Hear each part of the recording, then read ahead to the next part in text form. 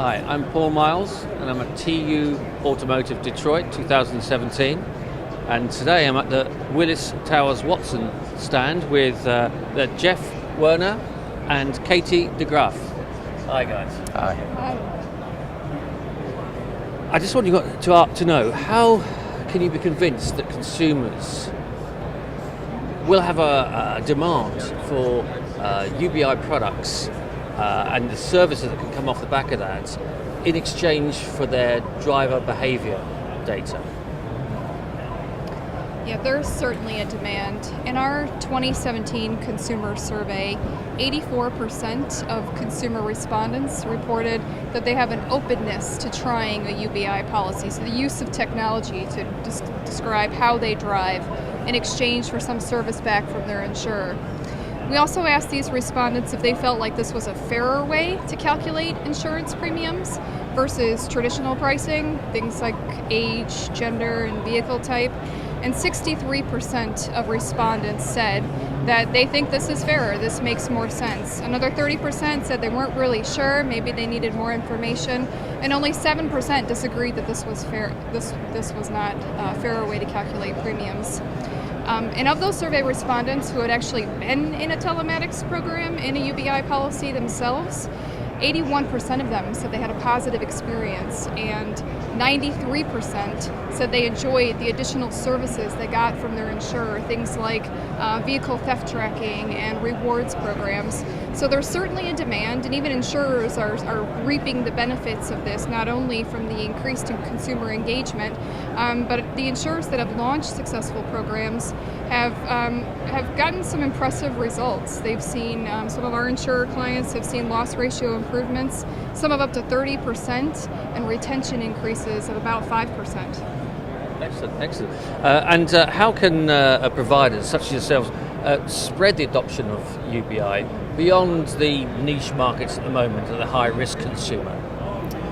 Yeah, I think the biggest deterrent to mass market adoption has really been it's a cost issue. It's the technology cost, and there's both the cost of the actual technology as well as operational friction and the costs associated with that. And this comes because the insurance company is responsible for provisioning the sensor as well as managing that, and they're using that to collect this data.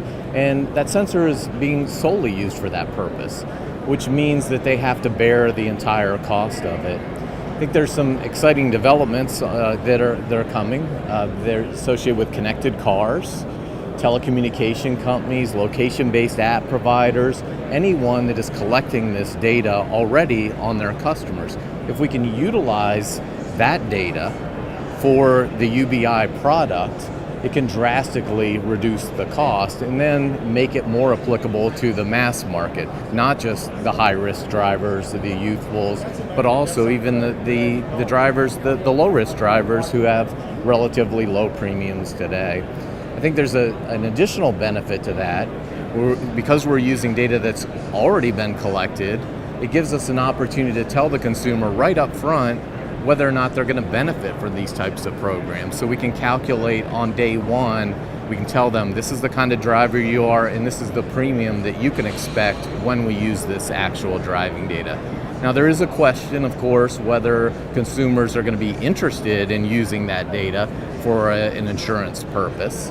And we also surveyed the consumers on that, and 4 out of 5 consumers said, yes, we would be interested in using this data that has been collected on me recently to get access to personalized insurance. And we think that could create a real opportunity. It's a win for the data suppliers, the auto manufacturers, the telecommunication companies, as well as the insurers, to create a really good positive consumer experience for the mass market.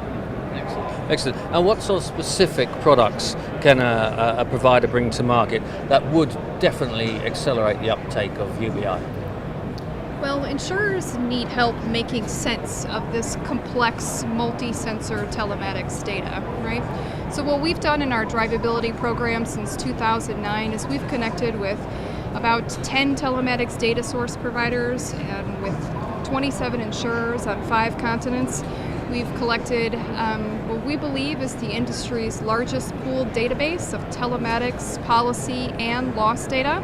We've used this robust data to create our drivability score, which is filed by regulators in the US, so insurers can immediately use this credible score. And for insurers, what this means, our drivability and marketplace platforms, is that they don't have to connect to all these complicated systems. They don't have to connect and they don't have to make sense of this data. They can immediately use our expertise in understanding this data, and they can focus instead on really creating that customer experience that's unique to their brand. And for telematics data providers, companies like auto OEMs and telecoms that have this data, this sort of marketplace platform allows them to immediately connect to insurers that are already connected, and our brokerage licenses can be leveraged to offer really personalized insurance offers to consumers. Well, thank you very much, you. Geoff and Katie. Thanks for talking to us. Thank you. Thank you.